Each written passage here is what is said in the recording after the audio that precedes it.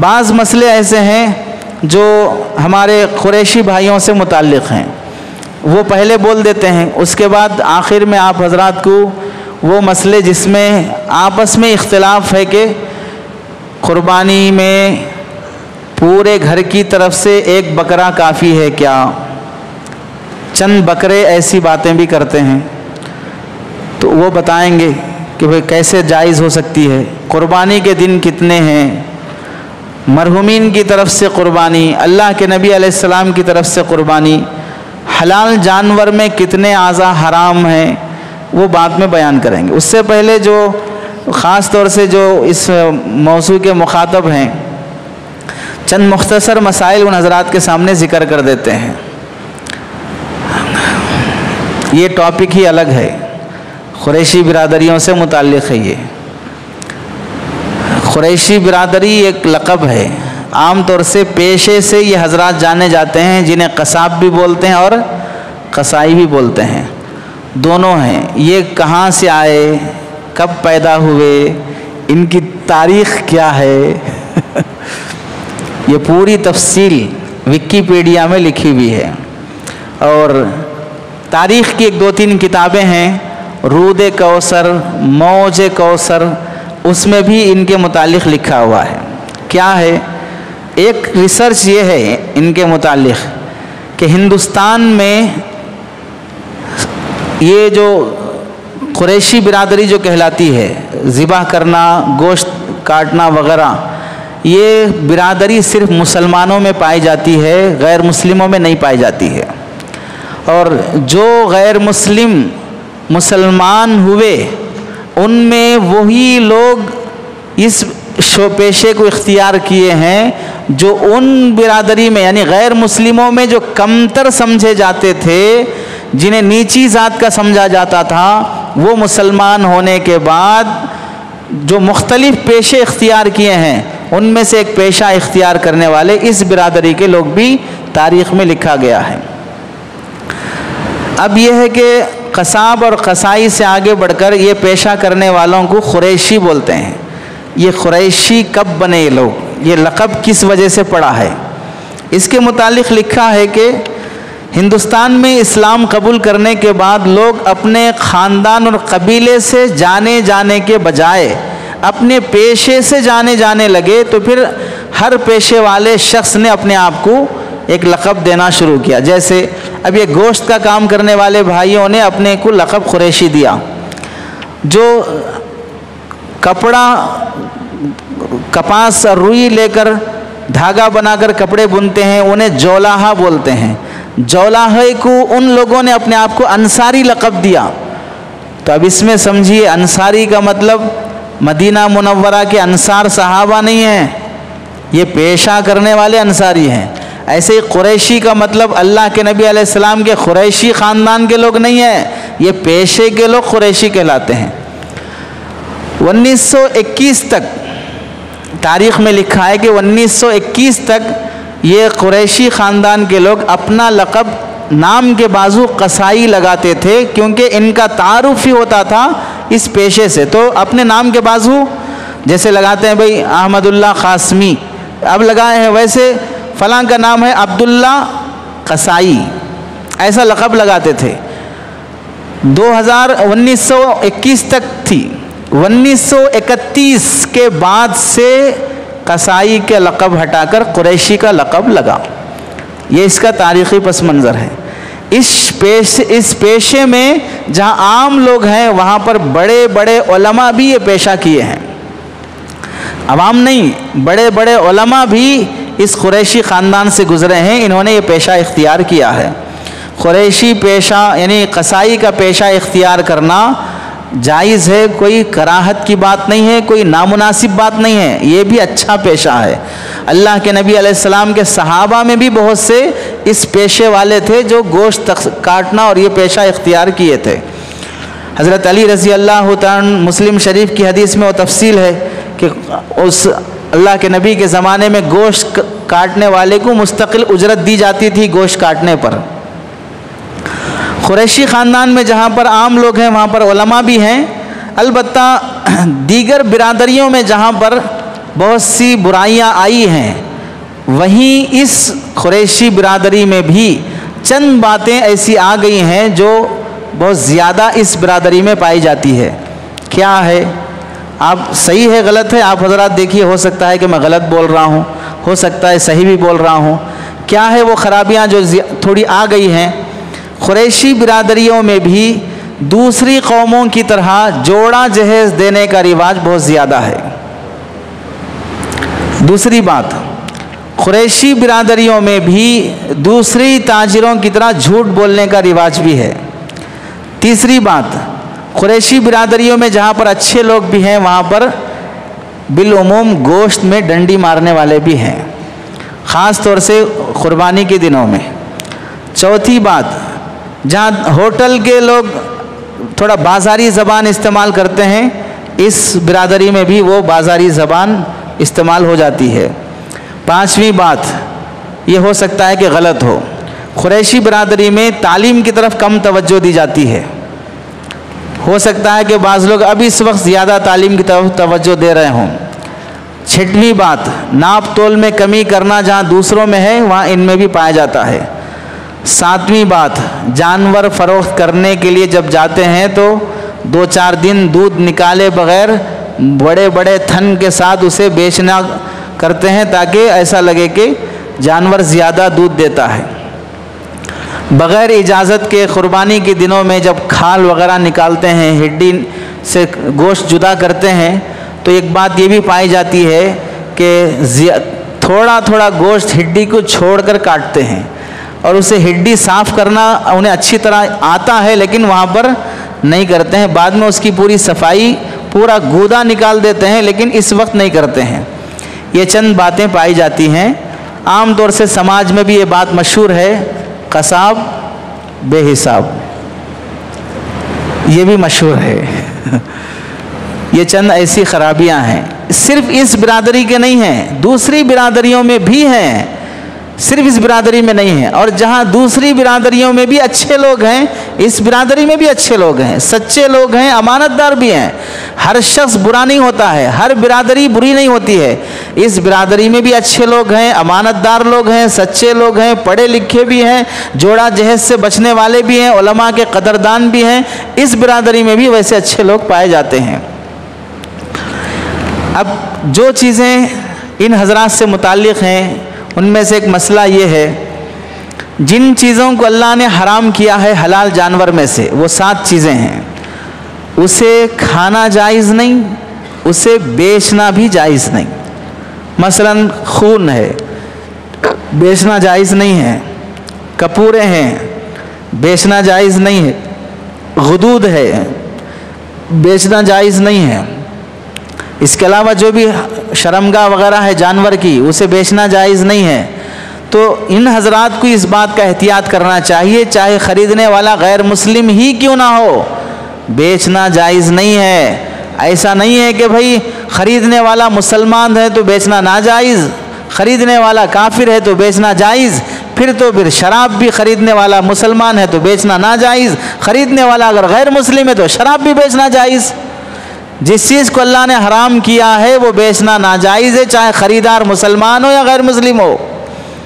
اور جو بیچ دے گا اس کی کمائی وہ اتنے پیسے کی، مثلا کپورے بیچے اور اس کے پیسے سمجھو 50 روپے آئے، وہ 50 روپے استعمال کرنا جائز نہیں ہے، اب اسے صدقہ کر دو، غریبوں کو دے دو۔ اپنے مال میں رکھنے سے حرام کمائی کمانے والا شمار ہوگا، اس سے بچنا چاہیے۔ دوسری چیز، جانور بیچتے وقت تول کر بیچنا جائز ہے۔ ایک تو ہے اندازے سے بیچنا، بھئی یہ جانور کتنے میں ہے، 12,000 میں ہے۔ دوسرا ہے کہ بھئی جانور کو تول کر گوشت کتنے کلو آ سکتا ہے اس اندازے سے بیچتے ہیں، وہ تول کر بیچنا بھی جائز ہے۔ لیکن تول کر بیچنے میں خوب پانی پلا دیے، زبردستی سے پائپ گھسا گھسا کے پانی پلائے، ایسا بھی بعض مرتبہ ہوتا ہے، یہ ظلم ہے جانور پر اور دھوکہ ہے گاہک کے ساتھ، اس طرح نہیں کرنا چاہیے۔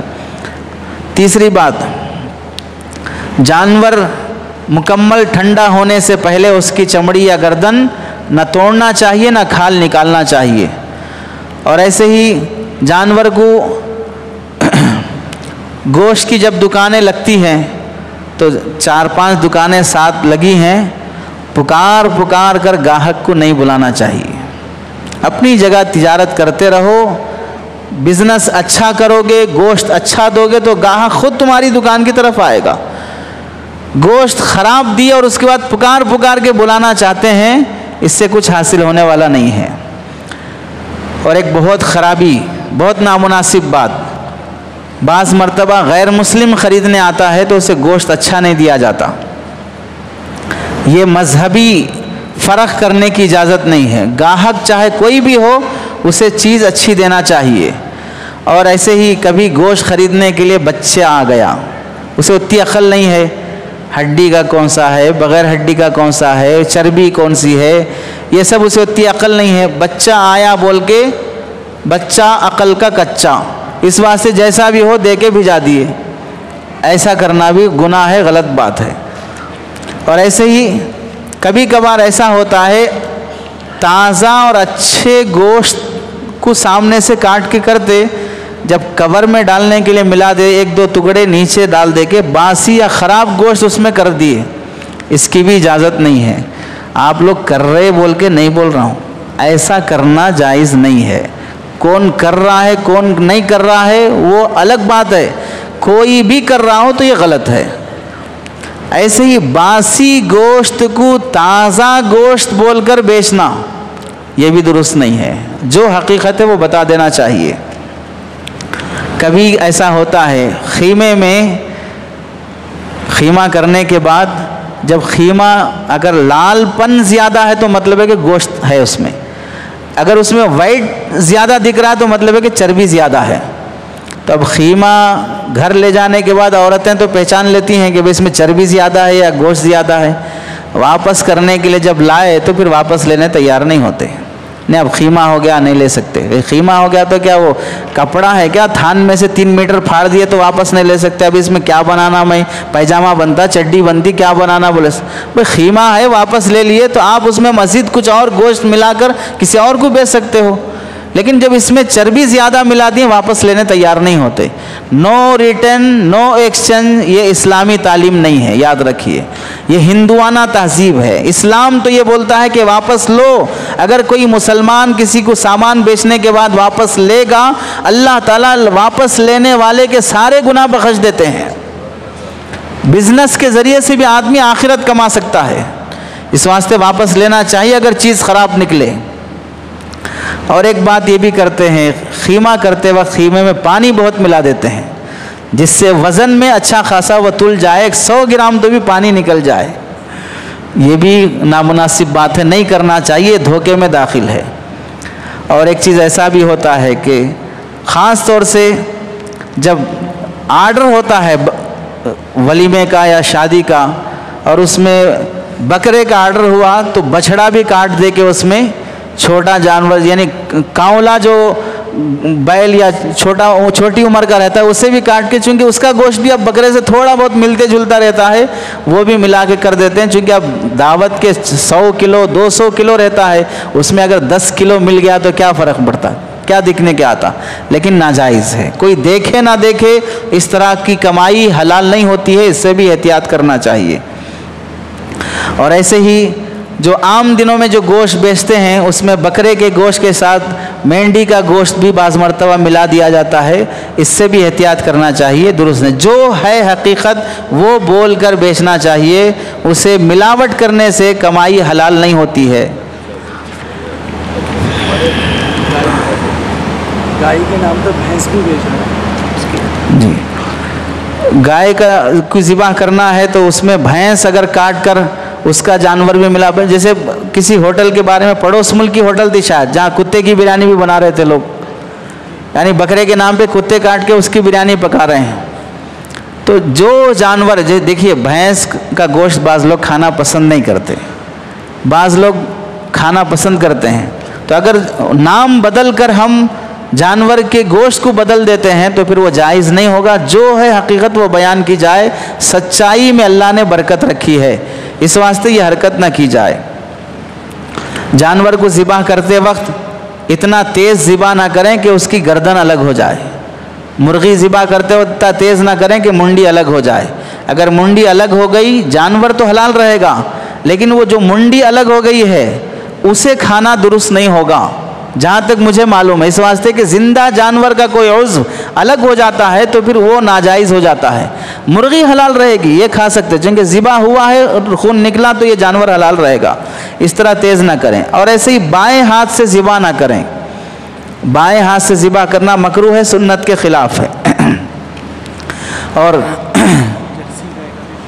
جی ایک مسئلہ یہ بھی ہے کہ 1 کلو گوشت میں کتنی چربی ملانا ہے، کچھ رولز طے ہے؟ طے نہیں رہتا ہے. سامنے والا جیسا ہے ویسی ٹوپی پہنائیں گے. کتنی چربی ڈالنا وہ اس کے حساب سے طے رہتا. یہ غلط طریقہ ہے. اپنی دکان پہ ایک بورڈ لگاؤ، 1 کلو گوشت میں 50 گرام چربی دی جائے گی اور قیمت پورے 1 کلو گوشت کی لی جائے گی.